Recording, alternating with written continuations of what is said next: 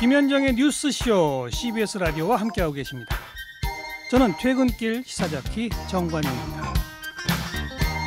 한 주간의 최신 여론조사 결과를 알아봅니다. 이택수의 여론. 오늘도 리얼미터 이택수 대표 나오셨어요. 어서 오십시오. 네, 안녕하세요. 앞에서 워낙 복잡하고 좀 우울하고 이런 네. 이야기를 많이 해서 축구 보셨어요, 어제?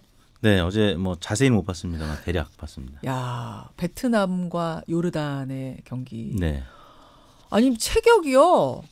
뭐라 그래야 되지? 삼촌하고 조카, 네. 어린 조카 느낌. 굉장히 차이가 많이 나죠. 네. 요르단 선수들 굉장히 우람하고. 와, 베트남 기적적으로 이겼어요. 그렇죠. 이 신체 체중만 보면은 예. 이길 것 같지 않았는데. 실력도 평소 실력도 차이가 좀 네. 있어요, 사실은. 요르단 근데 잘해요. 점점 후반으로 갈수록 예. 왠지 이길 것 같은 느낌이 들면서 왜요? 또 승부차기 할 때는 이기지 않을까. 첫 번째 박항서 매직을 믿었고요. 두 번째는 베트남에서 예, 예. 좋은 징조들이 많이 있습니다. 이 북미 정상회담도 그쪽에서 열릴 가능성이 있고. 장소도 네, 그리고 다낭 아니면 하노이. 한 베트남 교류가 지금 굉장히 활발하게 이루어지고 있기 때문에 예. 한 베트남 관계를 또 위해서라도 왠지 이기지 않을까. 아니, 여론조사 기관의 대표가 한 네. 분석치고는 너무 허무맹랑하지만. 죄송합니다. 근데 선축했잖아요. 어제 먼저 네, 찼잖아요. 네. 승부차기에서. 원래 승부차기에서 먼저 찬 사람이 성공시키면 네. 그 팀이 이길 확률이 80%래요. 네. 그래서 어제 첫 골을 넣고 막 박항서 감독이 좋아하는데 야, 됐구나라는 생각이 그렇죠. 들었는데요. 이게 전문 용어로는 이제 선축이지만 우리 일반적으로 우리들끼리 하는 용어는 예. 선빵. 선빵이 잘 들어가면은 이길 가능성. 오늘 우리 과학적인 조사기가 네. 리얼미터 대표답지 않은. 죄송합니다. 지금 말입니다. 중국하고 태국전 결과도 나왔는데요. 중국이 8강 올라갔습니다. 태국 꺾고 8강 올라갔고 이제 사우디와 일본 경기에서 이긴 팀이 베트남과 붙게 되는 네. 이런 상황이라는 거 알려드리면서 오늘 스페셜 여론조사는 애국가 얘기였어요. 네. 애국가. 이게 왜 갑자기 이 얘기가 나왔냐면 여러분 지난주에 저희도 인터뷰를 했습니다만 애국가의 작곡가 안익태가 친일 행적뿐만 아니라 친나치 행적도 보인다라는 책이 화제의 책이 하나 나왔죠. 이혜영 교수의 책. 네. 그 때문에 뭐 지금 논란이 여러 가지로 일고 있는데 이 상황에서 그럼 애국가를 이 기회에 좀 바꾸자라는 주장들이 일각에서 나옵니다. 네. 한번 돌려본 거예요, 우리가. 그렇죠.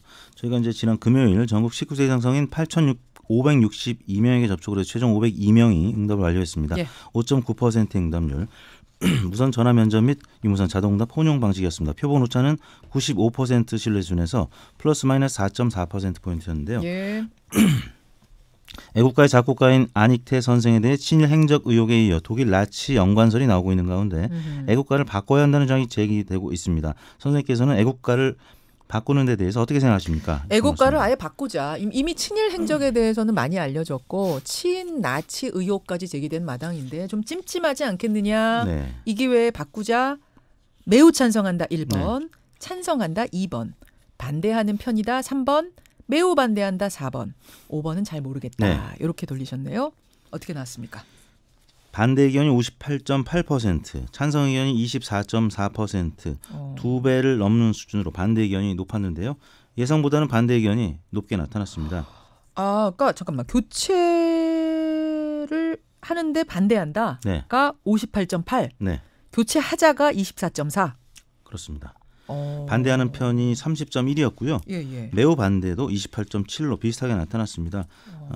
그리고 이제 매우 찬성은 11.7, 찬성하는 편이다는 12.7, 합해서 24.4가 찬성. 4명 중에 1명만 찬성하고요. 나머지 10명 중에 6명가량은 애국가 교체는 좀 어려운 문제다. 왜냐하면 애국가로서 온 국민에게 익숙하고 이건 뭐 우리 국민에게뿐만 아니라 또 세계적으로 올림픽에서 워낙 많이 울려 퍼지는 곡이기 때문에 이미 굉장히 익숙하다. 그렇죠. 그리고 작곡가의 행위와 작품은 별개다. 그리고 아직 명백하게 입증된 사실이 아니기 때문에 섣불리 바꿔서는 안 된다는 주장 등이 반영이 된 것 같습니다. 사실은 이 얘기를 가지고 우리가 댓글쇼에서 한번 했었거든요. 네. 그런데 이제 댓글쇼 한 그 당시 동접자 한 4천여 분의 의견은 바꾸자는 쪽이 좀 많았어요. 네. 설문조사를 했었거든요. 바꾸자는 쪽이 더 많았는데 지금 몇 명이 답하신 거죠? 500명 가량이 500명. 됐습니다. 500명 가량이 답한 결과로는 무작위로 전화를 전국에 돌린 결과로는 반대가 네. 훨씬 많은. 그 이유는 좋아서가 아니라 그 안익태 행적이 좋아서가 아니라 네. 별개로 보자. 네. 이미 우리의 정신, 우리의 추억, 뭐 우리의 금메달 땄을 때도 올라갔고 네. 뭐 이런 것들이 다 담겨 있지 않느냐 그 그렇죠. 얘기인 거예요. 네. 그렇군요. 분석 좀 해보셨어요? 어떤 분들이 네. 답하셨는지? 역시 이제 보수 성향을 갖고 있는 응답자층이 반대기 높았는데요. 예. 보수층 78.3%, 또 60대 이상 어르신들이 78.5%가 반대했고, 또 자유한국당 지지층이 무려 84.3%가 반대해서 압도적으로 나타났습니다. 다른 계층에서도 반대 의견이 뭐 예. 과반 혹은 절반에 가까운 수치로 높았는데요. 뭐 대구 경북 지역도 그랬었고요. 또 뭐 50대, 뭐 40대 등도 대체로 반대 의견이 높은 것으로 나타났습니다. 예. 지금 이제 문자들 보니까요. 뭐 안익태는 안익태지만 이대로 유지하는 게 맞다라는 정동숙님 의견도 있고 또 전에는 그런 것도 들어왔어요. 어차피 통일을 하면 네. 한 번 또 바꿔야 되는 때가 올 수가 있다. 네. 그때까지는 일단 유지하자. 왜냐하면 네. 그 사이에 너무 혼란이 클 것 같다. 그렇죠. 어떤 걸로 할 네, 거면 네. 이거면 또 이거 싫다, 저거면 그렇죠. 저거 싫다. 뭐 얼마나 맞습니다. 혼란하겠느냐. 이런 의견들이 좀 들어오고 혼란을 감수하고서라도 그래도 딱 잘라서 네. 바꿀 건 바꿔야 된다는 의견도 지금 적지 않게 들어오는 옵니다만 하여튼 여론조사 결과는 그러네요. 네. 알겠습니다. 자, 정리조사로 가보죠. 네, 대통령 지지도? 네, 문재인 대통령의 국정성 평가가 이번 주 횡보했습니다. 0.5%포인트 낮은 49.1%, 2주간의 상승세가 멈춰졌는데요. 부정평가는 0.8%포인트 오른 45.6%, 2주 연속 긍정평가가 부정평가를 앞서는, 그러니까 지난 연말 또 연초에 데드크로스가 됐었다고 했었는데 예. 2주 연속 골든크로스가 유지가 되고 있습니다. 주 초반에도 좀 어려운 일이 있었고요. 또 주 후반에 어려운 일이 있었는데 주 중반에는 기억하시겠습니다만 청와대에서 경제인 간담회가 있었습니다. 그때는 50%를 넘는 수치까지 올랐는데 주 초반에는 당내에서 탈원전 재검토 논란이 있었는데 마침 지난 월요일 기억하시겠지만 미세먼지가 굉장히 많았습니다. 그랬었죠. 그래서 이 탈원전 재검토 이야기가 나오면서 보수층을 또 자극시킨 일도 있었고요. 주 후반에는 아까 앞서서 방송된 부분과 관련이 있는 손혜원 의원 논란이 금요일 날 또 굉장히 많이 보도가 확산되면서 또 48.8%까지 빠지면서 주 중반까지는 50% 선을 회복하지 않겠느냐 싶었는데 49.1%로 마감이 됐습니다. 추이를 한번 볼게요. 항상 이택수 대표가 중요시하게 보는 게 흐름이죠. 흐름. 수치 하나하나보다 흐름을 좀 봐야 된다. 한 달치 보겠습니다. 49.7, 48.2, 49.6, 49.1 이렇게 지금 보이고 있어요. 부정평가는 45.9, 46.4, 44.8까지 떨어졌다가 45.6 이렇게.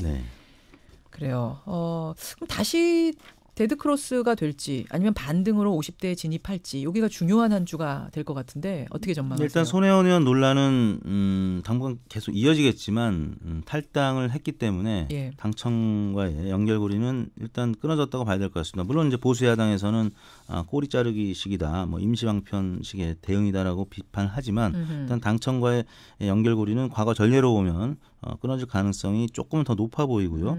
또 이번 주에는 북미 정상회담 일정과 장소가 이제 확정은 됐는데 발표가 되지 않고 있는데 관련된 보도가 계속 나올 가능성이 있기 때문에 또 긍정적인 요인으로 작용할 가능성이 있어서 당분간은 긍정평가 소폭 높은 채로 횡보하지 않겠느냐 이렇게 보고 있습니다. 정당 지지율 가겠습니다. 정당 지지율.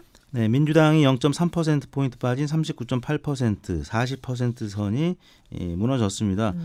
당내 아까 말씀드린 탈원전 재검토 논란과 또 손혜원, 서영교 의원 등의 논란이 반영이 된 것 같고요.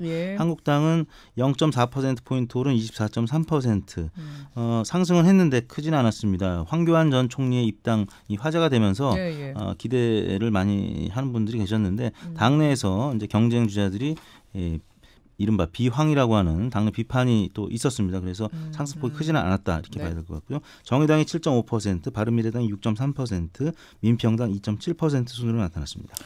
민주당 39.8, 한국당 24.3. 그렇군요. 정의당이 1.6%포인트 떨어졌어요. 다른 당이 뭐 0.3, 0.4, 0. 이렇게 왔다 갔다 하는 것에 비하면은 정의당 1.6은 상대적으로는 크단 말입니다. 그렇죠. 뭘로 보시는 거예요? 지난주에 민주당과 한국당 간의 대결 구도가 좀 명확했습니다. 이 국방백서에서 북한 주적 삭제 논란도 있었고요. 예, 예. 또 탈원전 논란도 굉장히 또 컸었고 예. 그 외 여러 가지 이 한국당과 민주당의 갈등 구도가 이제 컸던 한 주간이었기 때문에 정의당이 여러 가지 활약을 했습니다만 보도량이 상대적으로 적었던 것 같습니다. 그래서 1.6%포인트 빠졌고요. 바른미래당은 횡보, 민평당은 0.5%포인트 상승했습니다. 그러니까 한국당하고 민주당이 이렇게 대치하는 국면이 되면서 정의당은 그러니까 소수당이 좀 소외되는 그렇죠. 뉴스에서 사라져버리는 네. 눈길을 못 끄는 상황이 되면 네. 지지율도 같이 떨어지는군요. 대체로 그래 왔습니다. 아하, 알겠습니다.